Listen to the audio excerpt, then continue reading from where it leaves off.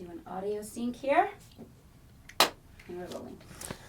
This is Joe Galloway conducting an oral history interview with Doyle Mote on February 26, 2020 at 10:30 a.m. We are located at the Atlanta History Center in Atlanta, Georgia. Sir, before we begin, could you please state and spell your first and last names for the transcriber? Sure, Joe. It's Doyle, D-O-Y-L-E, Mote, M-O-T-E. Thank you. Before we talk about your military experiences, we'd like to get a little biographic information. Where and when were you born? Joe, I was born in Athens, Georgia, June of 1947, June 24th. Who were your family members? My father was Doyle E. Mote, and my mother was Lillian Jensen Mote. My dad had just gotten out of World War II and was in pharmacy school at Georgia, and so I was born on the campus there. On the campus? Yeah. Where did you end up going through school, public school? Joe, we moved to Virginia when I was 3 years old. Moved to a town in central Virginia called Lynchburg. Yeah. And I went to elementary school and through high school in Lynchburg. So Lynchburg would be hometown of record. Yeah, more a native of Virginia than Georgia, even though I was born down here. How did you come to enter the military? Joe, I went back to the University of Georgia to go to school, and it was a land-grant college. And at the time, ROTC was required for the first 2 years.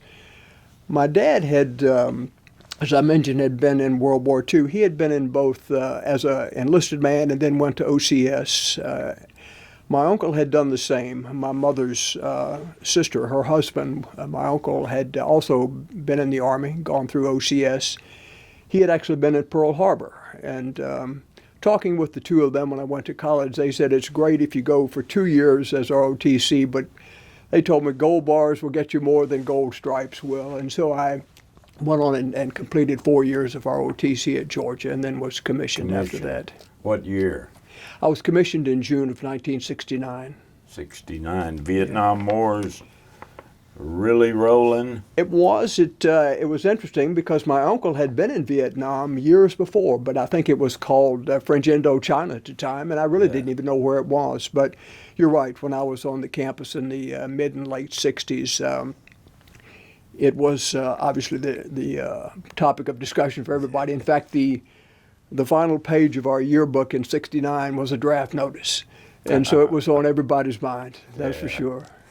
All right, you take your commission. What does the Army send you off to school on?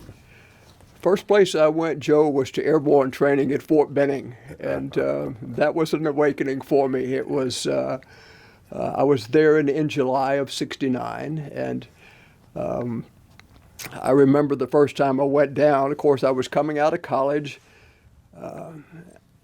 Kind of hot in Sand Hill about that. It was time. hot. I think the Army had always tried to figure out where the hottest places were, the sandiest places were, to establish places like Benning. But I went down, and it was funny. A sergeant told me when I got down there, he said, "Look, I can't tell you what to do, but he said, you really need to get a haircut." And so I went down into Columbus and got what I consider to be a pretty decent haircut, came back, and he just said, "Look, that ain't enough." He said, "I tell you what," he said, "there's a barbershop over here, and if you'll just go and tell him that you're in jump school, he'll help you out." And so he did. So I got a good Airborne haircut. Quarter inch? About that. Yeah, I think the only question was, do you want it cut front to back or back to front? You know, and so that's the way that went. That is how that goes. Yep, that's for sure. Okay, so you do jump school. What do you do next? I was a signal officer, and so I went to Fort Gordon. Went from August through October of '69 and took basic there. Next on the list actually was a school at Fort Monmouth, New Jersey, a radio systems course. I will go back to Gordon my class in '69 was 120 lieutenants. 60 of them were the West Point class of that year, and 60 of us were primarily ROTC, but a few OCS there. The West Point officers had their orders already. Department of the Army came down and met with the 60 non-West Pointers and said that they were going to send us to either Germany or to Alaska. And we would go for 15 to 18 months, and then we would go to Vietnam after that. At that time, my tentative orders were to the 18th Airborne Corps, the 50th Signal Battalion at Fort Bragg.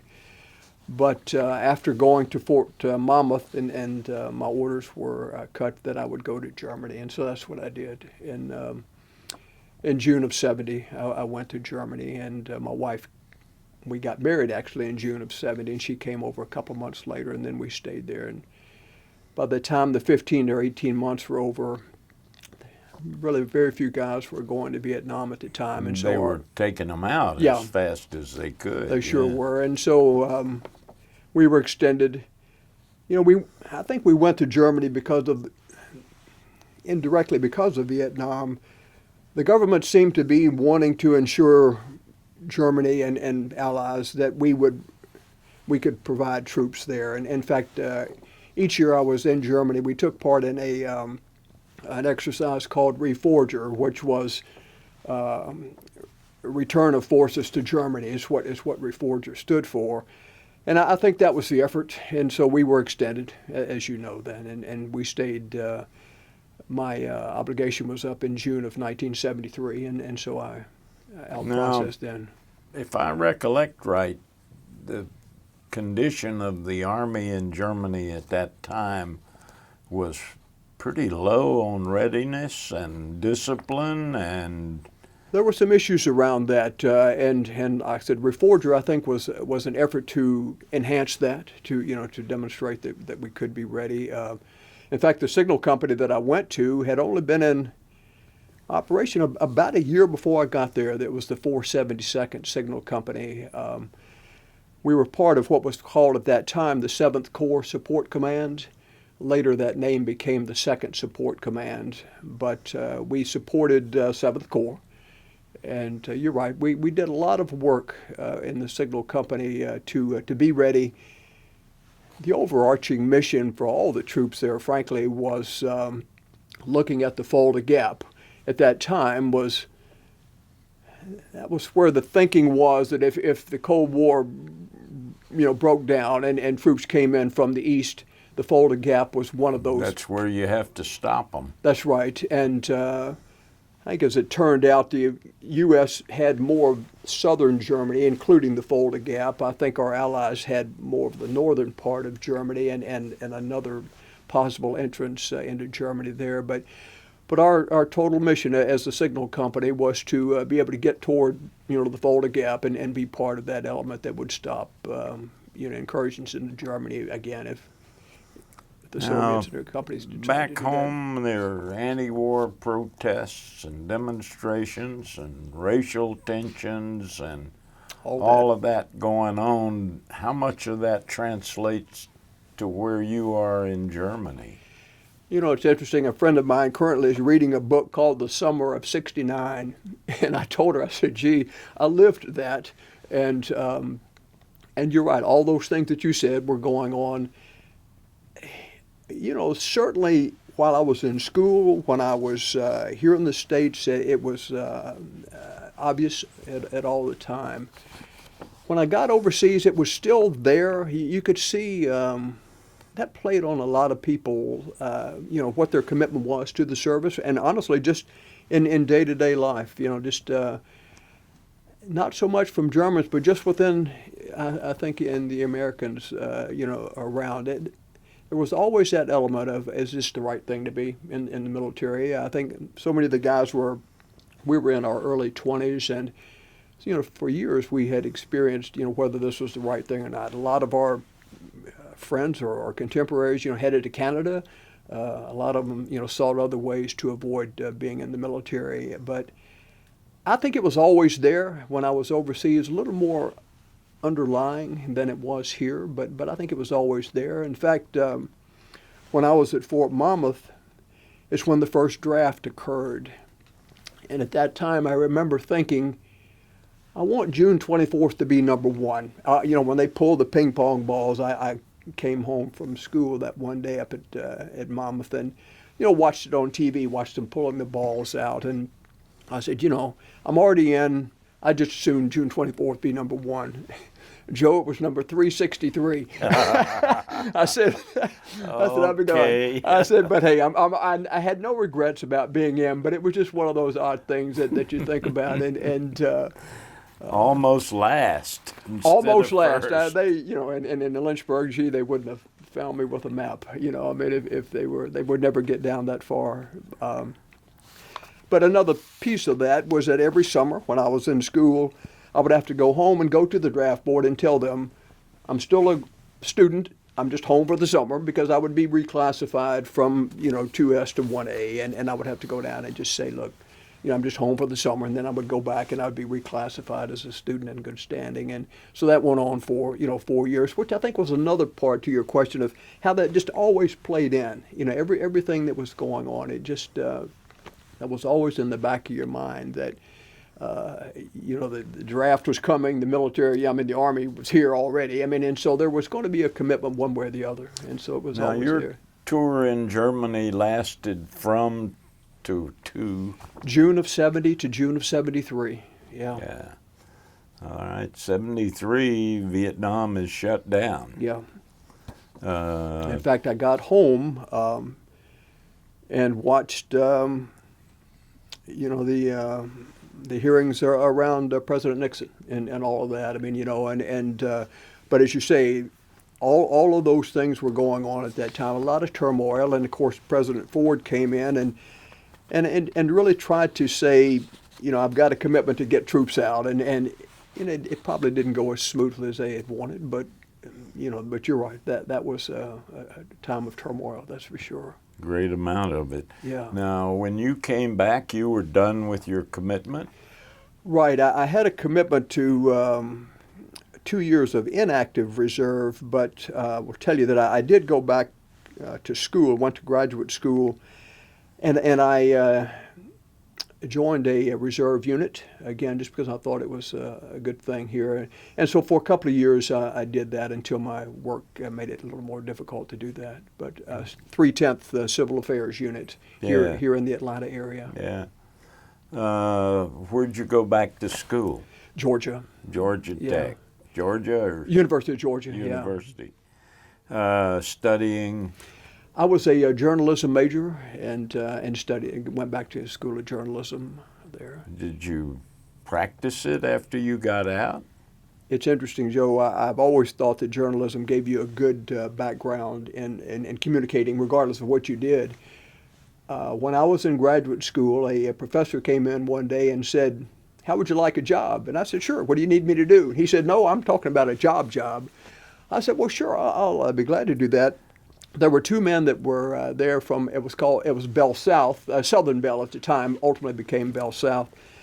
But they came in and they had always offered an internship to a rising senior. I was a graduate student, but they wanted to interview me. They ended up offering the internship to a senior like they always had, but they came back and offered me a job. And went home and told my wife, I said, "Gee, I've got how about a job?" And so it worked out, but it was in line with what I had done. It was, Signal Corps to a telecommunications company. And so you asked me if I practiced journalism. I did work for a while in public relations for Southern Bell. But again, just the ability to write and communicate seemed to serve me well wherever I went within the company. And so I stayed there for 32 years and retired in, it was Southern Bell, became Bell South, and then ultimately AT&T reacquired us. And so you could have followed my career path and had 55 years in journalism. Well, there you go. Yeah. But anyway, I retired in 2008. It didn't go that way. No, it didn't. But it worked out. It worked out well. And all of this around Atlanta? Athens, Atlanta, Marietta. Metro Atlanta, certainly. Yeah. Oh. Well, let's go back to your service and look at What were your living conditions like in Germany? Well, it wasn't bad. The first place I was stationed was at a small post called Panzer. It had been a tank base for the Germans. It was a pretty interesting place. As I said, small brick roads led up to it, canopies of trees over it. I mean, so you couldn't see it from the air. But there was a small housing unit off the base, and my wife and I lived there. And that was not bad. It really, in fact, was pretty good. And then later, we were moved as a unit down to a place called Nellingen, which was a little east of Berblingen. This was all in the greater Stuttgart area. Yeah. But moved from Berblingen east along the Autobahn down to a place called Nellingen. But my wife and I continued to live at Berblingen. So it was good. Yeah. The troops were in barracks the cantonment there? The troops were in barracks. Some married soldiers lived what we called on the economy. They lived out, in the small German areas around Berblingen. So, but for the most part, yeah, they were in barracks. Describe your friendships with and your impressions of the officers and NCOs that you lived and worked with. On balance, it was good. I think, when I went over as a lieutenant, gee whiz, there were so many things I didn't know, and so I did rely on my senior NCOs quite a bit, that seemed to make sense to me. That keep you out of trouble?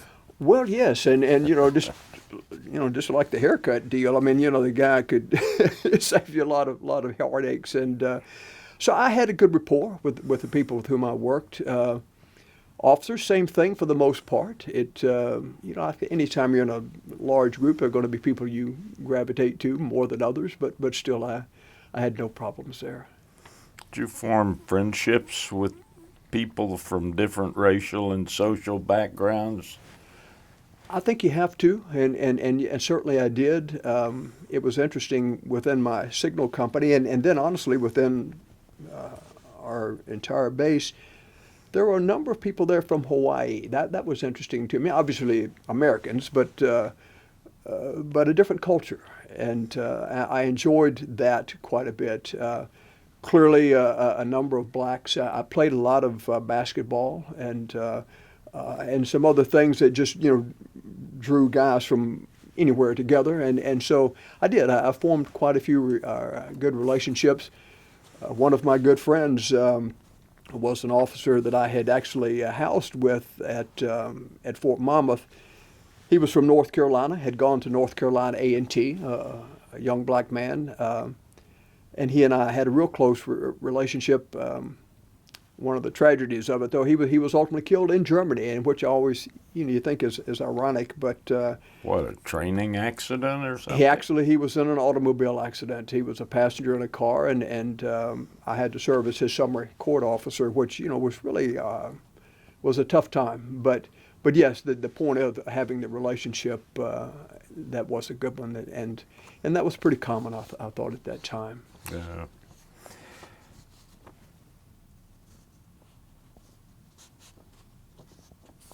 Could you describe any social tensions or turmoil, racial or otherwise, that you witnessed between American troops? A couple of things. I don't know what I'm not sure how to describe this, what the official policy was toward gays. There were a couple of men in my unit when I was in the signal company that were outwardly gay. They were great at their job, and there was never an issue with them on their job. But there was tension there, I think, between some folks and them. It never got out of hand in that there was never any violence or anything like that. But yet there was still, I guess, a unsureness, if that's the word, of how to react around them. If they were openly gay, I think the military was obliged to throw them out.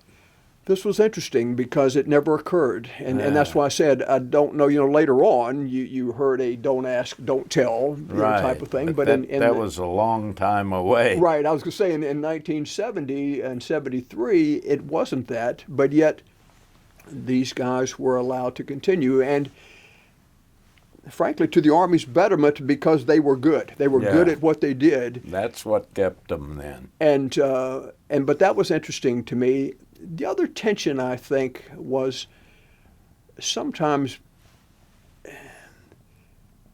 Germany had been through a lot of wars. I mean, and there was some tension sometimes between troops being out on the economy and some of the German people, and then consequently some tension then back on base as to what's going on, and it was.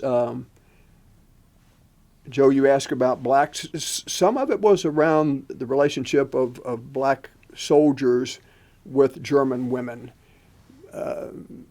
It wasn't the German women that were complaining. But sometimes, like I said, you could feel some tension based on blacks dating German women and how others reacted to that. It was, again, nothing that I ever saw that got out of hand, but there was an undercurrent of tension from some folks there that that weren't used to that. Yeah. Now, when you were running a platoon in the I had a platoon in in the signal company. Sure did. And how much time did you have to yourself, off-duty time? We, as it turned out, we had quite a bit. Actually, not so much when I was in the signal company, but my class were, a year from second lieutenant to first lieutenant, then a year from first lieutenant to captain. And so when I became a captain, I was made, going back to the journalism, I was the chief of public affairs for the 7th Corps Support Command there. And so I had a little more. That must have kept you busy. It did, but we did have time too. It was interesting. I will share. I don't think my wife would begrudge me for this. Because we weren't married, my orders were to go to Germany in June of '70. As I mentioned, Pat and I got married in June of '70. So the way the Army worked it, I couldn't make arrangements for Pat to get over there until I was already over. And so I got there in June of '70, and Pat came in August of '70. She went to her first officers club meeting and came home that day and said, "I've got to get a job." She said, nothing against the wives. She said, I love them dearly, but she said, I that's just not me. You can't do that. She said, I'm not going to be Mrs. Captain so-and-so or Mrs. Colonel so-and-so. And so she actually went and got a job at the local bank, on post, which was American Express. And as a consequence, sometimes she would see opportunities to travel, and we would go. We would go when we could. And so we tried to take advantage of getting out as much as we could. The Germans were such a great outdoor people. They had a couple of programs that encouraged people to get out and run or walk. And they were called the International Folks Wandering. And we would, often on the weekends, we would just go to places. They would have they would give you a little brochure and says, this weekend you can come and run or walk at this little town or that little town. And they would give you a little medallion that would commemorate either something about the area or something about what was going on in Germany Put at the it time. on your hiking stick? You could hang them up, you could do whatever. We probably ended up with, between us, 200 or 250 of those things. but it got us out. And so, yeah, we took advantage of getting out. We really did. And enjoyed very much that. Can you describe for us the quality of the leadership in the units that you served in, as high as you could see them? Well, and I could see them up to a brigadier. That was the commanding officer of the Corps Support Command. And we were actually split between the Stuttgart area and Nuremberg are units. We had heavy equipment and light equipment maintenance companies as well as the signal company I was in. And then, as I said, when I was in public affairs, honestly, I never had a problem with our senior leadership. I thought that they were good. We had our chief of staff was a full bird colonel, and the deputy commanding officer also was a full bird. You know, obviously quite experienced. The two brigadiers that I served under, one was a West Pointer. The second one, I thought about it coming down. I'm not sure that he was a West Pointer. Could have been, but the second one was a little more down to earth. I enjoyed both of them. Learned something from both of them. I'll tell you the only, and it really weren't problems, but the times where maybe things weren't as smooth. I mentioned to you that our class was, 1-year wonders, we were called. I mean, but commissioned in '69, promoted in '70, promoted in '71. When I was promoted to a captain in '71, there were some senior captains who resented that. There was no question about it. They had been captains for some number of years. Yeah. And they called us, butter bar captains, and most of it was in, just good humor. But there were a couple of guys you could see that, that they did really resent. ground their teeth. They did, because that was a long time coming for some guys, and To see you get it so quickly. and I don't blame them. I mean, again, to be a captain after 2 years was, one of those things. But yeah, I think I really didn't. I learned a lot from the people that I worked around and for, and so, like I said, on balance, I think things were very positive. Were the West Pointers noticeably different from the ROTC and OCS? I guess it depends on your point of view. Ring knockers, they were called by a lot of guys. I think some of it depended on personality. There were people who, certainly wanted you to know that they were from the West Point class of, whichever year. When I was promoted to captain, I was promoted along with the general's aide, and he was also a ring knocker. He was, and he was from the West Point class of '69. And I was told, look, we're going to promote both of you on the same day, but we have got to promote him first so that he will got rank on you. He will outrank me. And so he outranked me by about 15 minutes, I guess, but that suited them, and that suited me. I thought, well, okay, I get it. I'm not part of the club, and so yes, some of those little things that you would see and just say, okay, that is what it is. It makes them feel better. And they certainly felt better. But on the other hand, when I was at Gordon, and I told you half the class was West Pointers, there were some guys from West Point that just knew stuff that you didn't know, and could impart to you. We used to have to take map reading and actually go out and navigate and stuff at night and things like that. Some of them just had some experience that you needed to draw from, and they were more than willing to share it. So, like I said, I wouldn't generalize and say all West Pointers were this or that, but yes, very clearly there were some who wanted you to know that they were who they were. Can you describe any cutting-edge technology, science, or medical advancements that you witnessed during your tours? I was going to say technology advances. Our signal company was, I guess, pretty standard. I saw, obviously more technological advances later when I was out working with the AT&T and the Bell system. But, while we were there, I think weapons changed, certainly.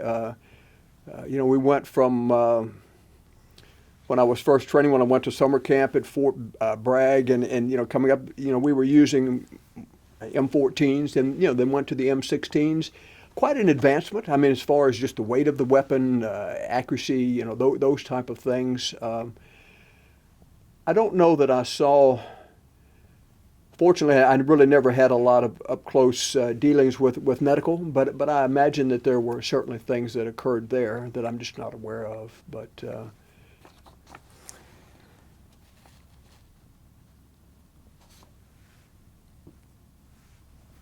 Let's talk about your most vivid memories. Describe for us the worst day you had during your service. I think there were a couple of worst times. During the 1970s, there was a West German, today they'd be called a terrorist group. They probably were considered terrorists at the time, but they Baader, Meinhof. right. Yeah. And Andreas Baader had broken out of prison in 70. And they were responsible, or at least the Germans held them responsible for an awful lot that went on there, killings, robberies, and things. And for the first time in my life, we actually had to set up cameras at Panzer, take pictures of every vehicle that came in. We had mirrors mounted on dollies that we would slide under vehicles. And now, unfortunately, that's more common. You see those types of things happening at military installations around the world, but back then you didn't. And that was a tough time, a time that at least I think about from time to time. The other, Joe, and it was so sad, were the 72 Olympics. The Olympics had been in Germany in 1936, and and I think they were trying so hard to overcome that image that they really went all out to host the Munich Games in '72, and to have the Palestinian group Black September, they were called. At some point, I think they ended up killing about a dozen Israeli athletes, and I think a German police officer was also killed.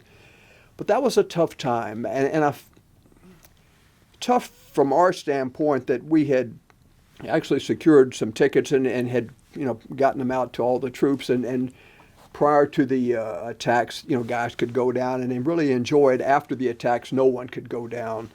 But more than that, tough for the Germans. I just felt really badly for them that here they really did. The Munich was beautiful, and they had done a great job, and to have that happen, I really felt for them there. And so those are two things that I remember and still remember as just tough times. Like I said, not so much for me personally, but just what was going on at the time and just what it seemed to portend for other things that were going to happen later. Describe for us the best day you had during your service. A couple things. Honestly, the assignment that I look back on and enjoy the most was jump school. There was a camaraderie there that I had never experienced before, and frankly never experienced again. There was something special about jump masters. They weren't necessarily special at the time, but we would get up. I mean, they would call it dark 30, but I mean we would be up and it would be dark, and we would be standing in formation, and you would hear coming up behind you just a shuffle. They didn't run so much as they called it the shuffle, airborne shuffle. But you would hear these guys in unison just shuffling on the gravel, and so you would just hear a ch, ch, ch, ch, ch. And they would be hollering at you, and you couldn't see them. But it was just something about it. There's something about going through that and seeing these guys that would come out in starch fatigue pants, these black baseball shirt, black T-shirts with silver wings on them, and a black baseball cap with their insignia on it. And I don't know, it was just something about that that I enjoyed quite a bit. Beyond that, honestly, I think just being out among the German people, we enjoyed that so much. Just getting to see people, just out where they seem to be the most comfortable.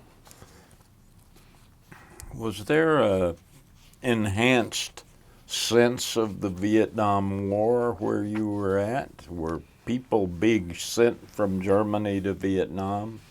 Interestingly, there were more going the other way. There were more people coming from Vietnam to Germany. one of my best friends, and is still a good friend of mine today, was a helicopter pilot in Vietnam. But I met him in Germany. He had come. Another guy that I have stayed in touch with, and he and his wife and my wife and I did so much together over there, but he had come from Vietnam. And so, yes, there was still a sense of Vietnam. There always was. And Joe, I don't know how other guys have responded to that, but there was always something that goes on inside of me, and I think maybe others, as to how did this happen? You know, that this guy was in Vietnam and I was not. Doesn't pay to think on that. Well, you know, but it's there, and I tell you,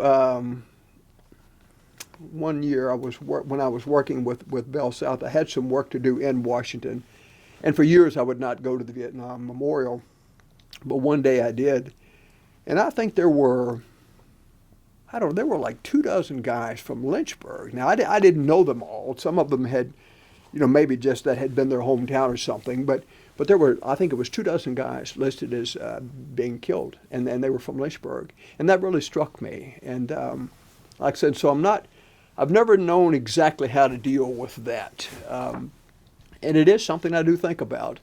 And when I still talk with guys that were over there, the question is, how did you not go? And I said, I don't know how to tell you that. I mean, I know. The big green machine decrees. Yeah, you go where they tell you to go, but it is something that lingers. And but yeah, there you go. Just look on it as God's blessing. Well, and I wonder that too. I mean, was this a way of saying, I'm protecting you from something, that would have been awful for you? I don't know. Like I said, I don't know what the answer is to that, but it's there.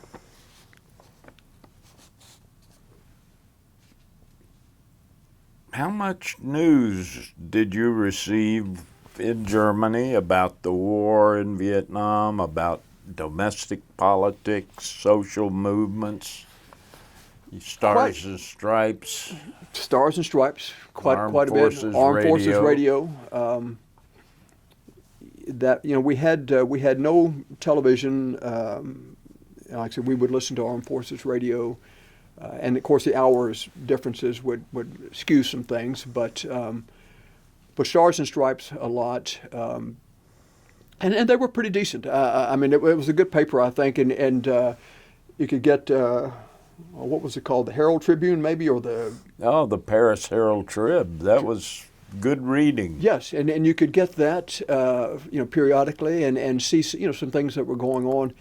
Probably, well, certainly Vietnam, dominated the news, but unrest at home certainly was a part of that. Yeah.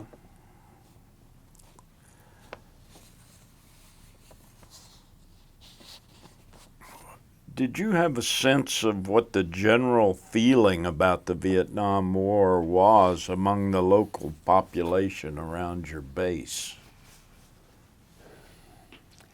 I think Vietnam certainly was on a lot of people's minds, but I don't think the locals thought so much about that as it. I think a bigger issue for them was just the presence of U.S. troops in Germany.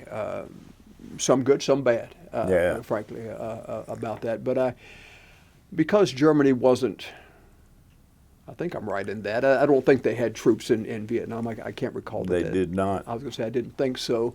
So it wasn't that issue, but like I said, I think just the presence of troops is always a little tension there. I mean, again, some good, some bad, but I don't think Vietnam itself was a real issue. Did you see any pro or anti-war demonstrations around the base, off the base? No, not really at that time. I mean, again, Panzer was a little isolated, and Nelligan pretty much the same. No, there weren't really demonstrations like that. How often did you return home during your assignment overseas? Actually, or did you? only once. It was, and this was, as you asked me about a great day. My wife, I mentioned to you, got over in August of '70. Unfortunately, her father died shortly after, maybe within a month or two after her getting back. The Army, because it was Pat's father, would send her home. Me, I was on my own to get home. So I took her to Frankfurt, and never will forget this, a Air Force colonel. His name was Worthington. He and his wife were going to fly from Frankfurt to New York. He told me that they would take care of Pat and look after her until she could get to Atlanta. And they did. She got a flight with them from Frankfurt to New York. I hopped the flight, Joe, from Frankfurt to Dover, Delaware, and caught a ride from Dover to Philadelphia. Pat flew from New York to Atlanta. I flew from Philadelphia to Atlanta, and honestly got there just a few hours after she did, and so it worked out. But I never will forget the Air Force colonel and his wife for taking care of Pat and getting her through. But that was the only time we came back home. I'll tell you the other side of that. When the funeral was over, we went down to Warner Robins and said, let's see if we can hop back up to Charleston or Dover or somewhere and get back over to Germany. Joe, they told us that there were 2 days a year that they had a direct flight from Warner Robins to Nuremberg, Germany, and it was one of the days that we went down there. We hopped a 141, and I'd only been on a 141 one other time, and I had jumped off of it. But we went from Warner Robins to Nuremberg on a 141, and it was set up for cargo, and so it had hammock seats. Yeah. We were the only two people on it other than the crew, and the crew said, look, we're going to have to charge you 90 cents each for the box lunch that we're going to give you. And we said, that's okay.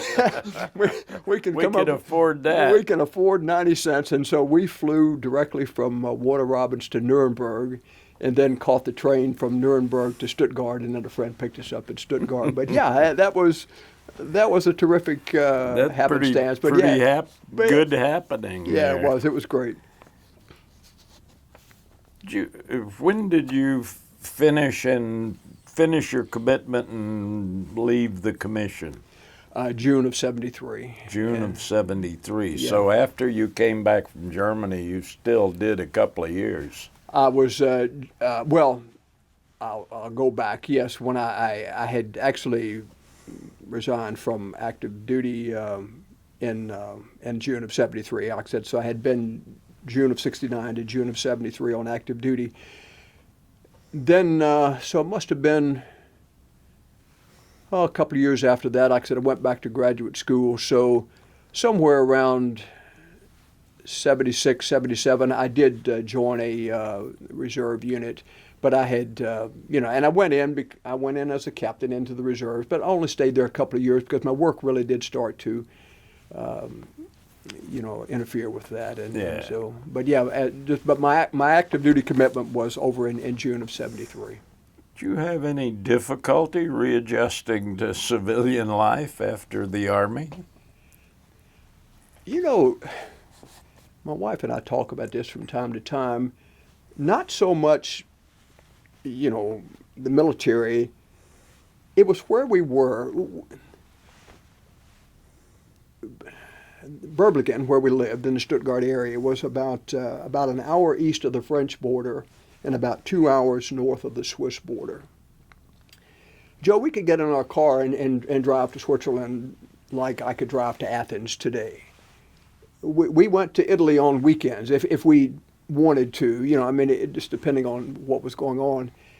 It was difficult to come back and relate that to folks. You'd say, well, we were there, and it was hard to explain that we're not bragging about what we did. It's just that was the way geography was. How it was. You drive from Georgia to Alabama here, or Georgia to Virginia. There you drive from Germany to Italy, or Germany to Switzerland, or Germany to Austria. And that was an adjustment. So finally we just quit telling people what we had done because it was Sometimes it just didn't come across, the way we had intended it. So honestly, that was about it. I think I will tell you that there are times that even today I think about discipline and things, that I thought were good qualities of the military, and sometimes, they haven't always, kind of been there to the degree you'd like to see in other areas, but that was something that we did adapt. My wife is a biologist, and she tells me we have three choices. We can adapt, migrate, or die. Yeah. And so we've done a lot of adapting over the years. And some migrating. Some migrating, that's for sure. Now, have you maintained contact with people you served with? A few. Yeah, as I mentioned, Toby Potter was the helicopter pilot. He and I still stay in touch.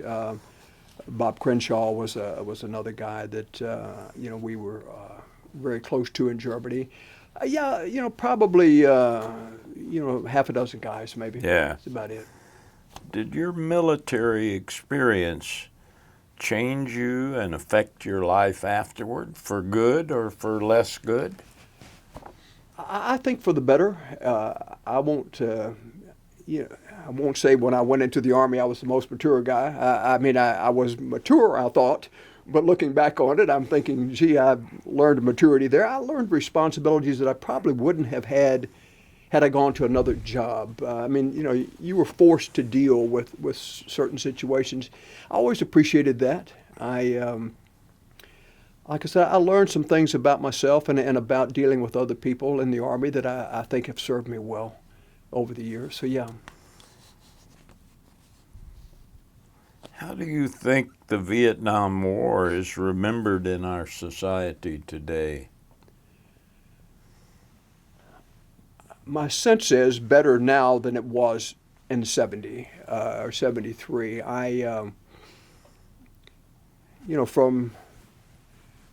From the 60s, when I first entered school, through the time that I got out, students would try to firebomb the ROTC building. If it weren't weekly, then they weren't trying. It was usually, that often. It was such a bitter thing for a lot of folks. And when we got back, there was very little sentiment for the fact that you had been in the Army or, whether it was in Vietnam or not, but certainly Vietnam was at the forefront.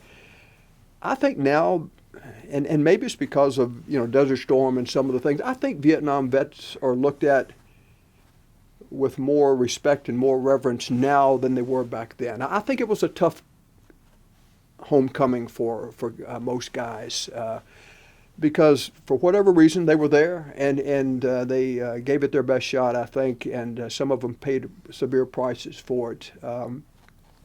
But they weren't respected for it.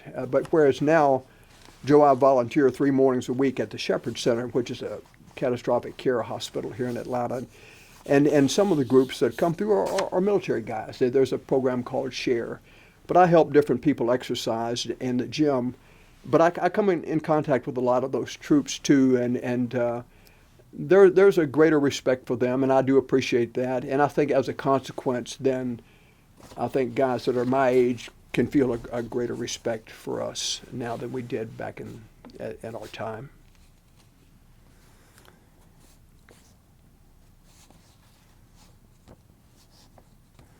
Have you visited the Vietnam Veterans Memorial in D.C.? The one time. Yes, it was probably, Joe, it must have been early 90s maybe. In fact, maybe it was middle 90s. I wouldn't for the longest kind of time, as I mentioned, but I did one time, and it was, what a moving experience. I'm glad I've seen it.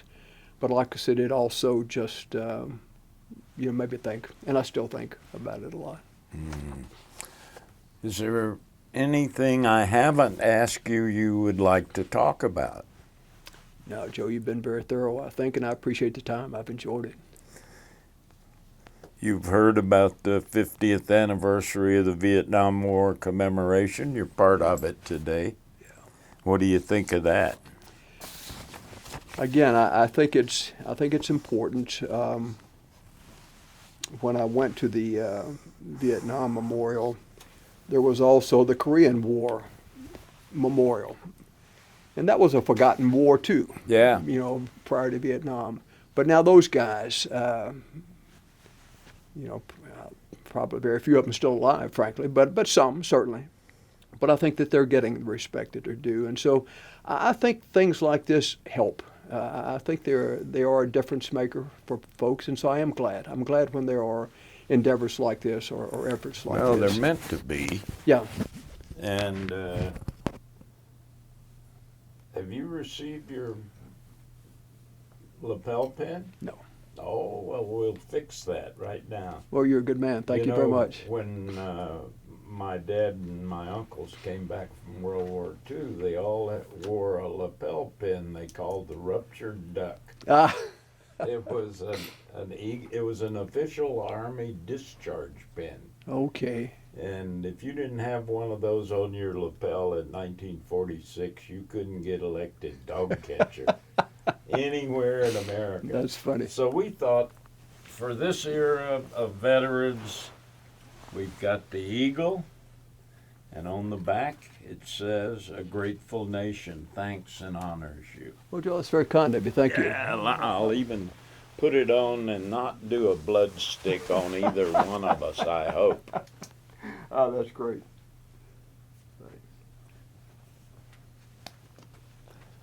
There it is. Joe, Thank thank you. I appreciate it. Appreciate it. Glad you came in. Well, I thank you for the invitation, and I have enjoyed it quite a bit. Good, good, good. Burr. Thanks for all your work. I appreciate Thank you it. for your service. Sure thing. Take care. Take care. Thank you, sir. Well, sure thing. I enjoyed it. Thanks. Thank you.